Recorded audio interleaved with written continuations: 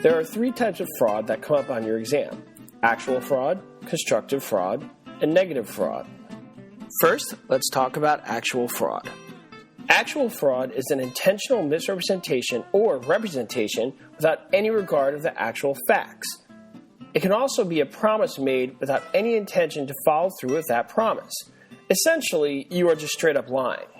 An example would be telling a buyer, "The roof is great," when they know full well that it is not okay at all.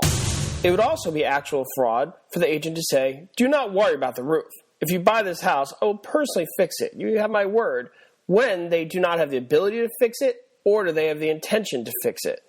Next, let's discuss negative fraud.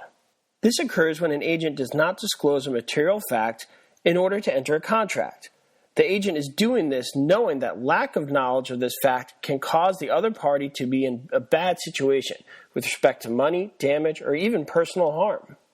An example would be when an agent is showing a home with roof problems and the client asks, "Are there any issues with the structure of the roof?" And the agent replies, "Have I shown you the basement?"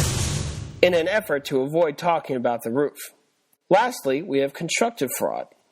Constructive fraud is lying without knowing you're lying. There does not need to be intent to deceive somebody. An example would be when an agent is showing a home with roof problems and the client asks, "Are there any issues with the structure of the roof?" And the agent replies, "Yeah, it's fine, the roof is great." And the roof has problems, but the agent authentically thinks the roof is fine. When constructive fraud occurs, there's a good chance you will hear the agent say, "Whoops, my bad."